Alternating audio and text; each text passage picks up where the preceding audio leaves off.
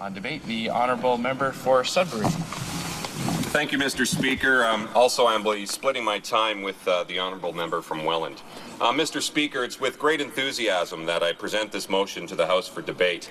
This motion is a call for the introduction of a Credit Card Accountability, Responsibility and Disclosure Act. This motion calls for immediate government action to protect consumers already hit by this recession from skyrocketing credit card interest rates and fees. This motion is introducing legislation similar to Obama's Credit Card Accountability, Responsibility and Disclosure Act of 2009. The New Democrats want this government to take action to protect consumers and small businesses from these confusing, misleading, and predatory practices. New Democrats have always stood up for middle-class families and small businesses, both groups who are suffering most in this economic downturn and with the current credit card practices. Mr. Speaker, this motion lays out an 8-point plan that will protect consumers from the gouging they've had endured over the last little while. The first point of this proposal is the protection of cardholders from any time, any reason interest rate increases or account changes. The Canadian Community Reinvestment Coalition has repeatedly called on credit card companies to demonstrate that rate hikes are justified. In the Canadian regulatory framework, no such requirement is in place. We are not advocating that banks make public proprietary information that is part of a competitive marketplace. But we want a regulatory framework with teeth that can ensure effective protection through a process of independent auditing against arbitrary gouging. Another point of this motion is to prohibit unfair application of card payments. Credit card issuers frequently offer short-term lower rates to entice consumers to transfer credit from a competitor to credit cards they have issued. In the short term, this represents a savings. The problem is in the fine print, and the short-term rates disappear quickly. Further, as purchases are made, customers will find that rates are applied differently within their account. Currently, the customer cannot choose to pay down credit with the highest rate. We are calling on the government to protect consumers by ensuring they have the choice that best suits them.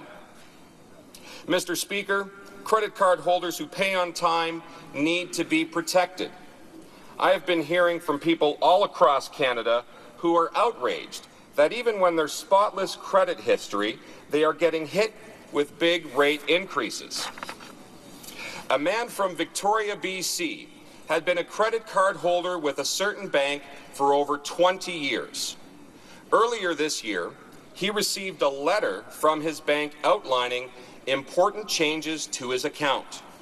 In the letter, it stated that as of a little over a month later, his interest would increase. This man was quite confused and rightly upset by this, as he felt like he was being punished with the increase in an interest rate when he had done nothing wrong and there was nothing wrong with his credit. In fact, it was excellent. This man, like hundreds of other Canadians, had done nothing to breach his agreement with his credit card company, but was still being hit with a higher rate. This motion also calls on the government to limit abusive fees and penalties charged by credit card companies. Credit card companies gouge consumers with many unreasonable fees and interest. They can charge over-limit fees over and over again during one billing cycle. Also, Mr. Speaker, we have examples of credit card companies enticing customers with an introductory 1.9% interest rate, which can jump to almost 25% in 2 months should the cardholder be even a day late on their payment. We also, Mr. Speaker, want to prohibit card issuers from using a consumer's card history with one creditor to allow for interest rate hikes on another. Credit card companies can increase interest rates and terms for reasons unrelated to a cardholder's behavior on that card. So, for example, if my neighbor pays his gas bill late, his credit card company can raise the interest rate on his credit card. Even if he's a day late, it could result in an interest rate hike without the cardholder knowing. How can these billion-dollar companies justify hiking interest rates on a cardholder who is 1 or 2 days late on a payment by an additional 6% in some cases? I've heard of cases that hike these rates even more, Mr. Speaker. Mr. Speaker, if I get my credit card bill this month, and let's say this bill is about $1,000, and I pay $800 towards this bill, then next month, the interest that I'm paying will be calculated on the $1,000, not the $200 remaining. Only in June would I pay interest on that $200, as long as I didn't put more expenses on the card. Mr. Speaker, our motion calls on this government to prohibit issuers from charging interest on debt that is already paid. This is unfair and gouges consumers even further. This motion also calls for ensuring cardholders are informed of the terms of their account. Most consumers are unaware that these new premium cards that are being sent to them, unsolicited in many instances, I might add, are reducing the already small margins of profits made by local and small businesses. With charges of up to 4% on the total price of the sale, instead of a flat transaction cost, businesses on the brink are being pushed closer and closer to the edge. Our motion would ensure that cardholders are informed of the terms of their account and that it costs merchants more when using premium cards. Mr. Speaker, this motion also calls for the protection of young consumers from aggressive credit card solicitation. Mr. Speaker, I have too many examples of students who work part-time jobs and are juggling minimum wage jobs who are being aggressively pursued by credit card companies to sign up for credit cards. These students need protection from the predatory practices of credit card companies who run aggressive mailing and marketing campaigns on their campuses. Right now, the average Canadian student debt among those who borrow and graduate from a 4-year program is already $22,700. Credit card debt will only further burden them.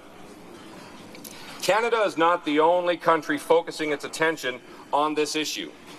Renewed effort by governments in the United States and recent action in the European Union illustrate a global push to hold credit card companies to account for their fee practices.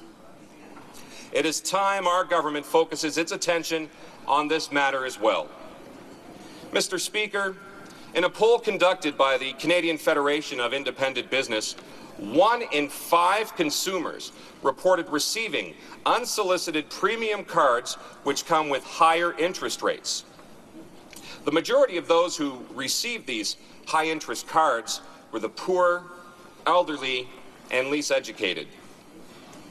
We can't count on credit card companies to police themselves or to be concerned about the most vulnerable. That is our job, Mr. Speaker. It is time government stepped in to help families in these tough times, which is why I am pleased to table this motion today in the House. Thank you, Mr. Speaker.